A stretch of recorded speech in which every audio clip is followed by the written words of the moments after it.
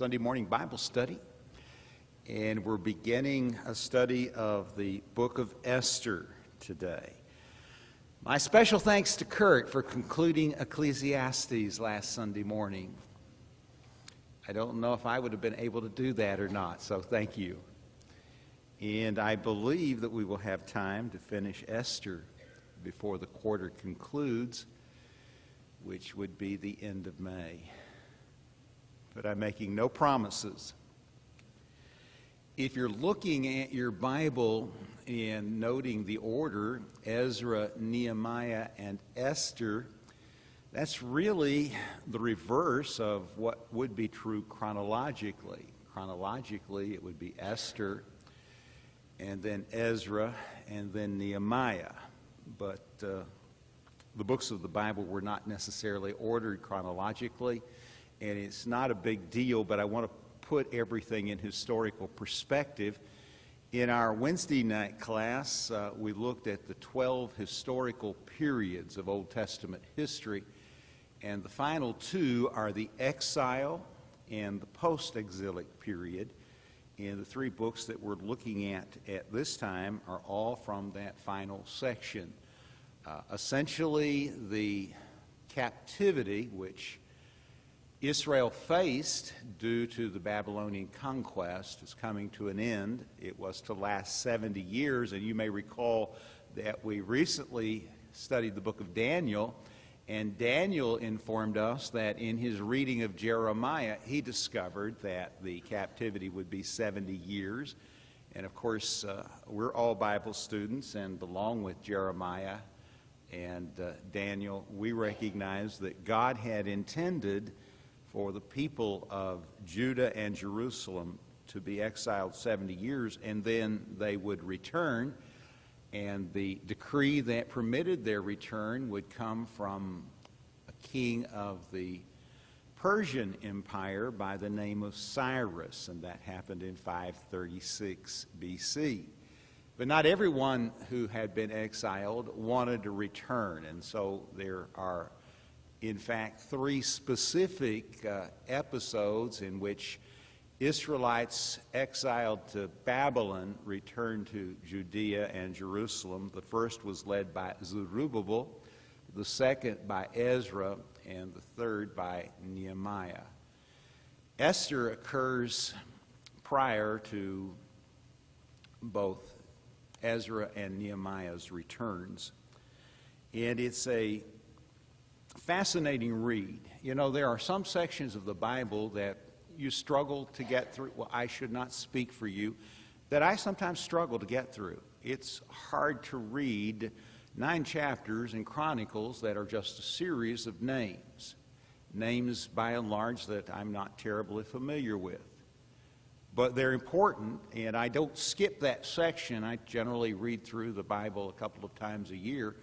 And it would be easy and quicker if I just jumped ahead, but I believe those that are there for a purpose, but I have to confess I don't find it interesting reading. Esther, on the other hand, is just fascinating. And it's there for a specific purpose. I would suggest to you that in reality there are a couple of things that really stand out, but the design of the book is such that it gives us insight into one of the Jewish feasts. And a week ago, Wednesday, I mentioned to you that last week would be the Feast of Purim, and that feast originates as a result of the events that are chronicled in the book of Esther. The book is designed not only to give us insight into that particular feast and how it came about, but I think primarily when I read Esther, what impresses me is the providence of God. The providence of God at work to bring about His purpose in normal and natural ways. It doesn't involve the miraculous. Esther and the story of Joseph in the Old Testament demonstrate how God really is in charge better than any other stories that I can think of off the top of my head in Scripture. And so we find here someone coming to a position at just the right time to make the deliverance of Israel possible. God had a plan that required the lineage of Abraham to exist until that plan was realized, and there were numerous occasions when it seemed as though the plan was in jeopardy, but each time, by providence, God's plan was realized and continued ultimately until the time of the coming of Jesus. One of the fascinating features about Esther is that God is not mentioned specifically anywhere in the text. That's not to say he isn't found in Esther. He's just not mentioned or named. There are two books in the Old Testament that do not mention the name of God. The second, you're probably familiar with, is the Song of Solomon, sometimes referred to as Canticle of Canticles. And no, Mike, that's not on the agenda for the next year. So if you're thinking about what we're going to do in the fall or the winter or next spring, just don't even go there because it's an interesting read, but I'm not sure I could spend a quarter in Song of Solomon. And I know some of you well enough, if we did, you'd be a little uncomfortable. But it is a great book, and it's got a tremendous message, but I don't think I want to wrap things up with Chronicle of Chronicles. So just keep in mind those two fascinating features. The name of God is not mentioned, and the providence of God is clearly illustrated. The format for this class is one that we've used before. I'm going to read the entire chapter, and then we're going to go back through it verse by verse. And so I'd hope that you just pick up your Bible and follow along as we go through chapter 1, and then we'll look at our slides and see how far we can make it today. As I said, it's a pretty fascinating story and a reasonably easy read. It keeps your attention. So we'll get started at this time. Thankfully, I remembered my glasses. Esther 1:1 and following. Now in the days of Ahasha Iris, the Ahasha Iris who reigned from India to Ethiopia over 127 provinces, in those days when King Ahasuerus sat on his royal throne in Susa, the citadel, in the 3rd year of his reign, he gave a feast for all his officials and servants. The army of Persia and Media and the nobles and governors of the provinces were before him, while he showed the riches of his royal glory and the splendor and pomp of his greatness for many days, 180 days. And when these days were completed, the king gave for all the people present in Susa, the citadel, both great and small, a feast lasting for 7 days in the court of the garden of the king's palace.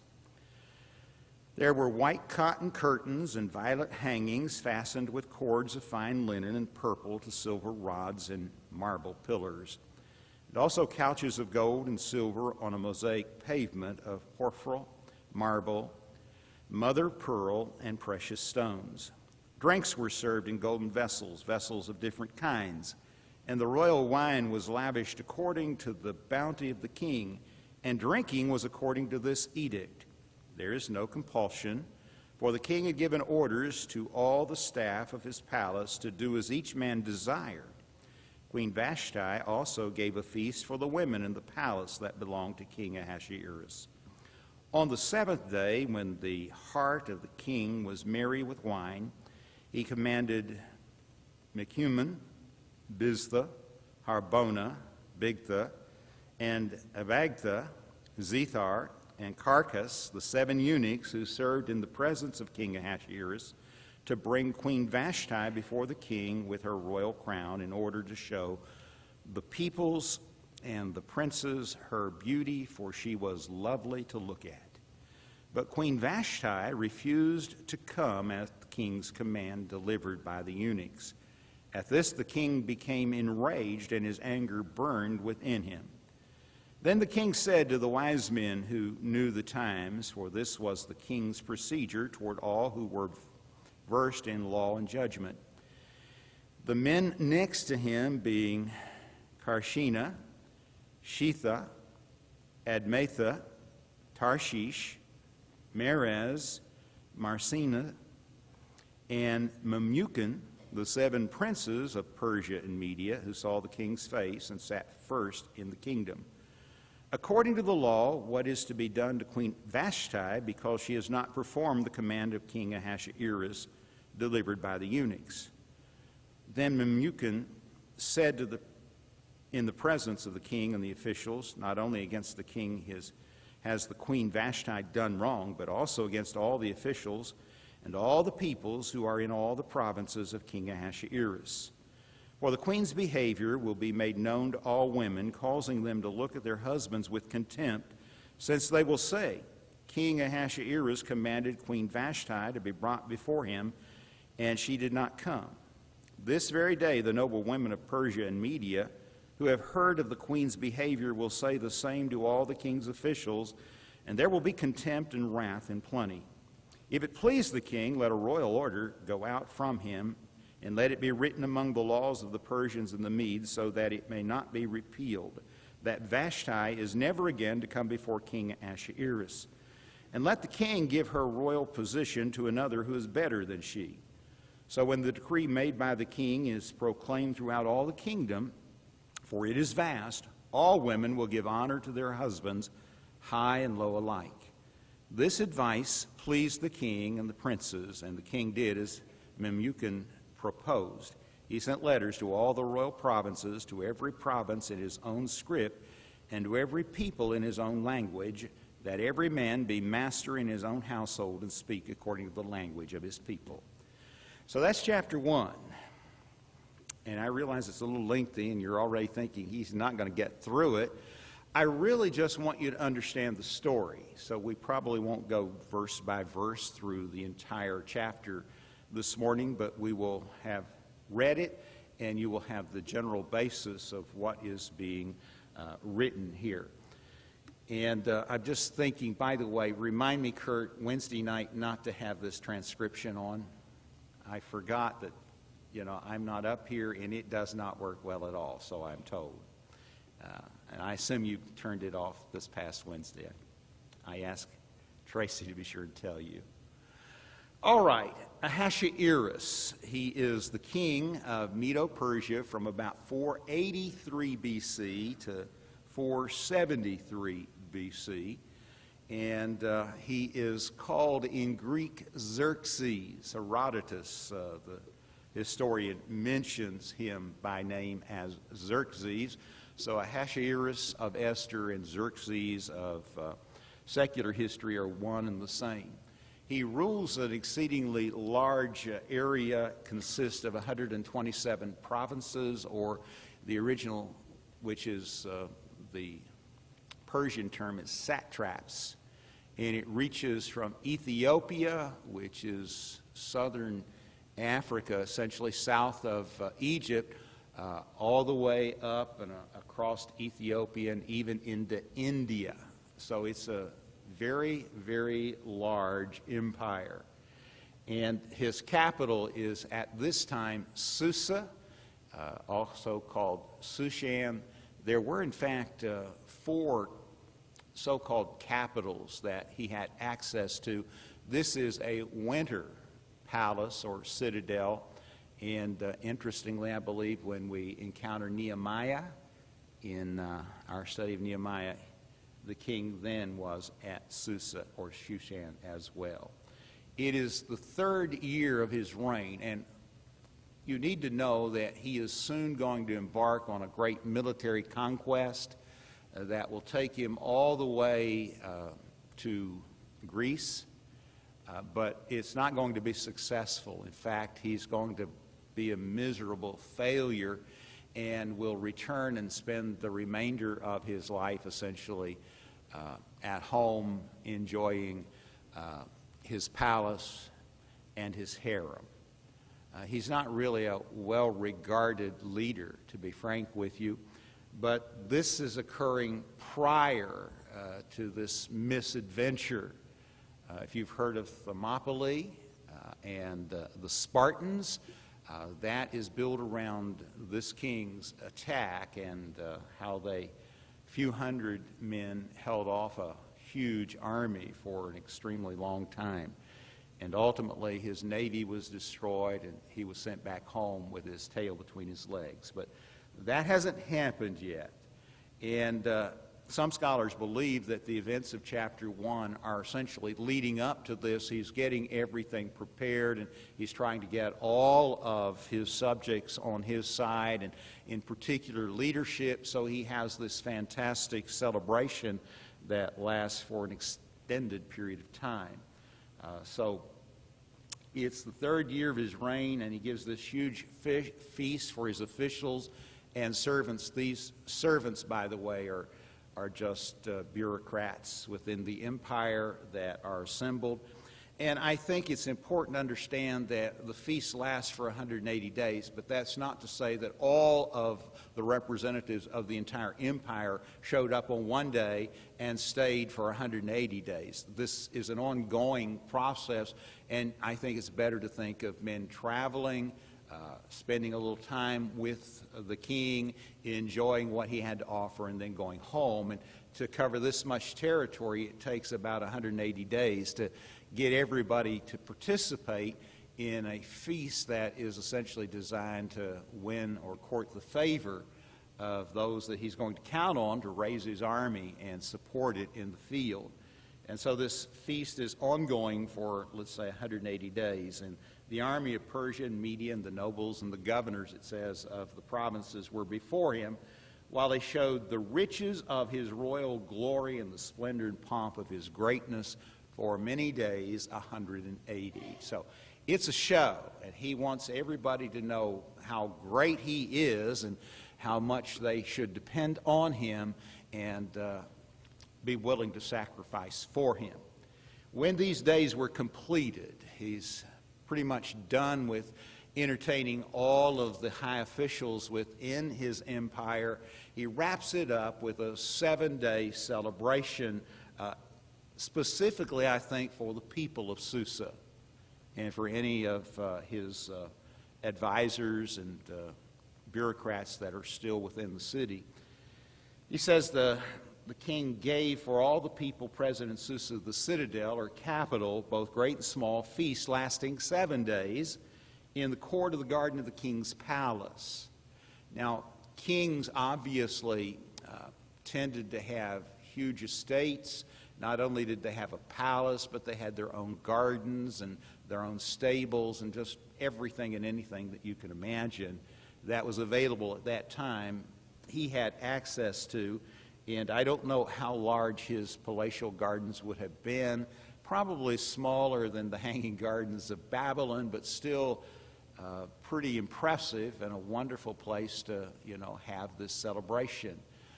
It is the ancient equivalent of, a party where you have everybody into your patio. Only your patio covers acres and acres and is furnished with the most luxurious furnishings available. So this party at his garden is described as a place where there are white cotton curtains, and you may think, well, what is the big deal about that? Remember, we're going back to the 400s BC. How difficult was it to wash clothes and keep them clean and bright and white that long ago? I have a hunch it wasn't terribly easy. And most folks didn't have anything that would be white. It would be a dingy kind of off-white, yellowish, just impossible to, if you got it, to keep it clean. But this is the king, so I wouldn't be at all surprised if everything hadn't been prepared just for this occasion. So there's a point that the curtains are hanging that are white, violet hangings fastened with cords. Again, colors matter. Violet and scarlet were colors that were exclusively reserved for royalty or for people of tremendous wealth. And we've talked a little bit about this when we were looking at Acts and the conversion of Lydia in Thyatira, or from Thyatira, who was in Philippi, selling her wares. She was a seller of purple, and There's a question about whether she just sold the dye or she sold the materials that had been dyed, but it was extremely expensive. And so most folks wouldn't see something like this and certainly wouldn't have it. But he's putting on a show for the entire city. There are couches made of silver and gold on a mosaic pavement, and it's described here, porphyry, marble, mother pearl, and precious stones. This is the floor, and no expense is spared. Very few people normally, routinely, would even have access to the garden, let alone be invited to a celebration here, but this is a special occasion. Drinks were served in golden vessels, and the author, and I don't know who wrote Esther, by the way. There's nothing in the text to tell us, so I didn't even deal with it. But the author says that these are vessels of different kinds. Now, typically, if you are going to set your table, you set it with similar tableware, plates, cups, saucers. At this party, it's extremely important, it seems, that there's a mention of all these drinking vessels, and not one's like another. You see, back then, having a set wasn't important. It was having variety, and especially when you have a variety of extremely costly goblets and drinking vessels. The author felt compelled and directed by the Spirit to record that these are golden vessels, and they're all of different kinds. So imagine the kind of skill that would be required to produce the numbers that are necessary and make them all different in some way. But that's the case here. And the royal wine was lavished according to the bounty of the king. There was lots and lots to drink, and the king is providing it for free. And what happens when there's an open bar, and I don't know this by experience, but I have observed on occasion, and people just go wild. They have even less restraint than normal when somebody else is picking up the tab. And the king's supplying everything. But there is an edict which he has given that seems interesting, and the edict is there's no compulsion. For the king had given orders to all his staff in the palace that each man get what he desires. If you don't want to drink, you're not compelled to drink. If you want to drink a lot, the king doesn't have a problem with it, and the staff are told, just do what the guests desire, which seems to be a rather unusual characteristic. And I think the root of this is that when you're in the presence of the king, if he offers you something to drink and you don't accept it, that's an insult to him. Well, in this particular case, with this huge gathering, that's not the case at all. Everyone has the right to indulge or to refuse to indulge. The king is not going to be in any way offended, and he made sure his staff knew that.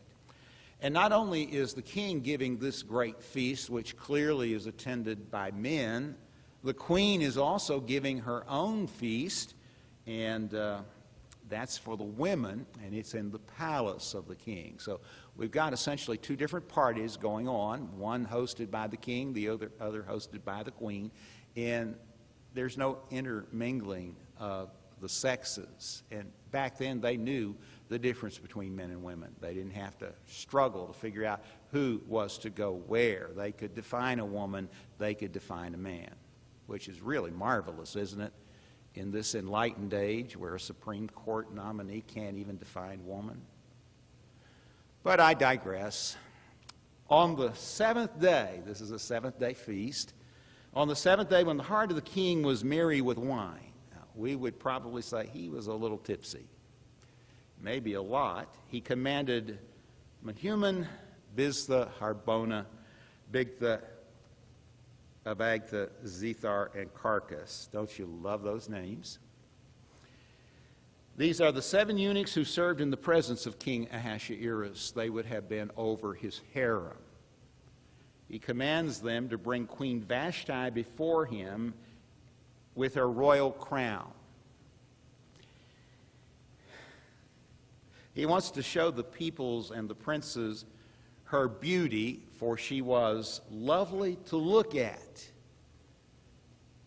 On a scale of 1 to 10, she must have been a 10. And Queen Vashti refused to come at the king's command delivered by the eunuchs. At this time, the king became enraged, and his anger burned with him. You don't say no to the king. To do so is to place your very life in jeopardy. This is true even if you are the queen. And the king has summoned her, and she says, I am not going. She's extremely beautiful. He wanted to introduce her to all of those who had gathered as the feast draws to a close. Remember, they're all men because she's got the women at another party in the palace. And she's not going. Most folks read this and say what a marvelous woman she was to protect her modesty, that he wanted her to come in a state of disrobing and to show her beauty and let men gaze upon her, and she just flat out said no. And I realize that's the common interpretation, but I don't see that here. I see a woman who is summoned by her husband, the king, and just says, I don't have to listen to him.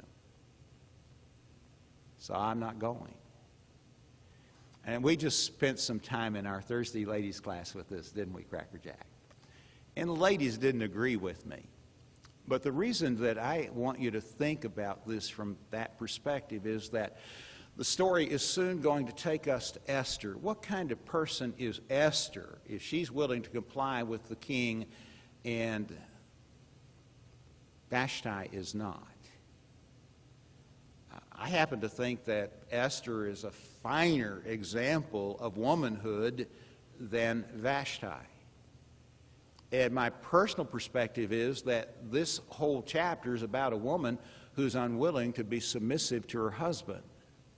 And that's certainly the take, if you were following along as we read the chapter, that the advisors of the king brought to the picture. If this gets out that the queen won't listen to the king, we're all done for. Throughout of these 127 provinces, every woman is going to say, if the queen doesn't have to listen to the king, we don't have to listen to our husbands. And that can't stand. Now, understand that I come to this from a Christian perspective. I do not believe that in the home, man is master and woman is servant. I believe that Ephesians chapter 5 teaches us that it is a partnership with man at the head as leader, and at the same time, I don't believe in any way does it suggest that the woman is the servant or slave of the master. So a woman is not a slave, she's a helper. A man is not a master, he's a protector. But in this relationship, there has to be some leadership role, and God ordained that it be male leadership. And true from the beginning, Genesis chapter 2 and the institution of marriage and family. And God, as far as I can tell, having read the Bible like you many times, never changed his mind anywhere. And this woman is flaunting a direct command from her husband, the king, to simply come before his assembly. He wants them to see his beautiful wife. There's nothing in the text that implies that she was to be in a state of undress. And it's certainly true that the text does say that she's to wear the crown. And as I read this, I see a man, yes, he's a little inebriated, but he obviously thinks he has a beautiful wife and he would like others to see her. And she will have no part in it. You don't have to see the text that way, but for me, it helps me understand how Esther can come on the scene and be superior to Vashti. Vashti is a woman who won't obey the king, won't submit to a simple request to come, let me introduce you to the crowd here in my party. And if it stands, the whole nation is going to be impacted in a somewhat negative way. So it can't stand. And what remains in chapter 1 is the advice to deal with this problem. Now, I would entertain questions, but if you spoke up, I wouldn't be able to hear you, and that would present a good exchange. So I'm just going to leave it at that. And you can confront me at the door when you leave if you have real problems with this. But it's how I read the story, that this is a woman who simply will not do what she has been asked to do. And you can see all kinds of things in here that, when you read the text carefully, aren't there. I find nothing in the text that says that she was asked to do anything improper. She just wasn't going to do what the king said. But if you see more than that, more power to you. In fact, one historian says that she was actually with child at this time and would give birth shortly after the events of chapter 1 concluded. And that's why she didn't want to appear. But I don't see that anywhere in the text either.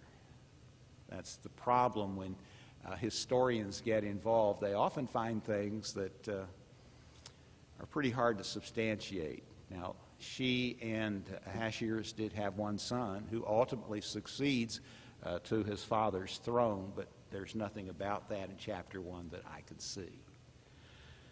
The king said to the wise men who knew the times, for this was the king's procedure toward all who were versed in law and judgment. He had gathered around him men who understood what governed the empire, and they served as his advisors. It makes perfect sense. It's a little scary, however, when a man in charge surrounds him people who are just as clueless as he is. I think Rehoboam essentially did that, and he wasn't the last. It happens, sadly, more often than we may realize. But at any rate, the men next to him being Karshena and Shethar and Admatha and Tarshish and Merez and Marsena and Memucan, the 7 princes of the Persian and Median Empire. And they saw the king's face and sat first in the kingdom. They had face-to-face encounters with him, up close and personal. They were his closest advisors, in other words. And they said, according to the law, what is to be done to Queen Vashti, because she has not performed the command of King Ahasha Iris delivered by the eunuchs? So the problem, as they see it, is one of rebellion against authority, not a matter of an extremely modest woman unwilling to appear before a gathering of men because her husband would like to introduce her. They said this is simply rebellion against the authority of the king. And furthermore, Memucan said in the presence of the king and the other 6 officials, not only against the king has Queen Vashti done wrong, but also against all the officials and all the peoples who are in all the provinces of the king. This is more than just a palace intrigue matter. This has real repercussions for the entire empire. For the queen's behavior will be made known to all women, causing them to look at their husbands with contempt, since they will say, King Ahasha Iris commanded Queen Vashti to be brought before him, and she did not come. So this is the crux of the matter. Here's a woman in open rebellion, not just to the king, but as the queen, it's her husband as well. She is the chief bride of the king, the one considered queen. He has all kinds of concubines, but they're inferior to Vashti. She sets the example, and her example is one of rebellion based on chapter 1. This very day, the noble women of Persia and Media who have heard of the queen's behavior will say the same to all the king's officials. This is not just about you and your wife. This is about all of us and our wives. when they get word of what she's done, they will feel empowered to do the same thing, and then all semblance of order is gone. So, if it pleased the king, let a royal order go out from him, and let it be written among the laws of the Persians and the Medes, so that it may not be repealed. We've already learned in our studies that the laws of the Medes and the Persians, once they have been ratified by the king, are really carved in stone, and they can't be undone. And in this case, they're going to make a law that compels women, in essence, to be submissive to their husbands. Vashti is never again to come before King Ahasha Iris. Let the king give a royal position to another who is better than her or she. Who is this one that is better? Esther. If Vashti is held up on this pedestal as a wonderful example of womanhood and modesty and chastity, what does that mean of Esther, who's willing to take her place because she's unwilling to compromise her modesty and her chastity? I don't think that's what is meant at all. I think this is a woman who just says, I don't care if he is the king. He's not my boss. He's not going to tell me what to do.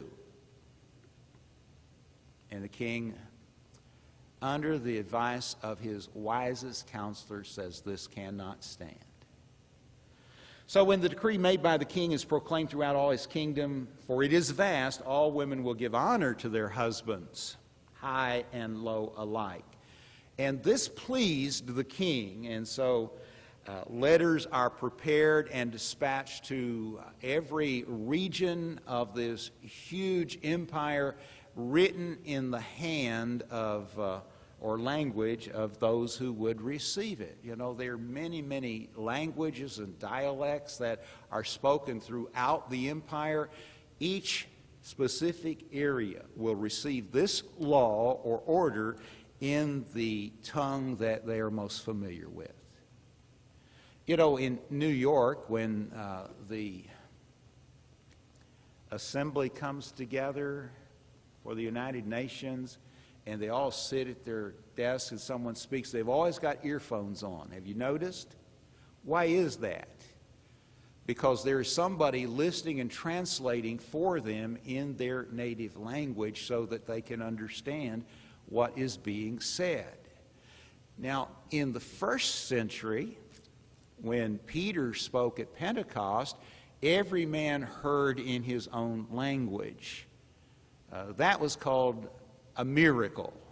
What happens in New York is just an example of modern technology and the common sense of doing with voice what is done here 2,500 years ago or so by writing each individual area in their native tongue, because everybody needs to know exactly what's going on here. We're not going to tolerate women rebelling, wives refusing to listen to their husbands. And that's chapter 1. And Mike's going, he got through that. I can't believe it. Well, I didn't read every verse again, did I either? I think it's a fascinating story. I just want you to read it, and I know the misconceptions out there from chapter 1, and you may say, but I don't think they're misconceptions. Fine and dandy. I just want you to really understand what's going on, because this story just gets more interesting. And though it's not written to entertain, I think entertaining as we go through the record and see how God works to bring about the deliverance of his people, to keep alive the promise that through Abraham's seed, all nations of the earth will be blessed, because we're soon going to learn that there is a man who is determined to destroy Jews throughout the entire empire. And were it not for Esther, he would have come close to succeeding. I would not say that he would succeed, because God will always have that faithful remnant, as we learn in the story of Elijah, but a whole lot of people, innocent people, would have died because one man felt slighted by a representative of the Jewish people. And Esther is going to be central to preventing that from happening. That's chapter 1. God willing, we'll start with chapter 2 next week as we continue to look at this fascinating book. Thank you again, Kurt, for teaching in my absence last week. Now you can visit for the next 15 minutes.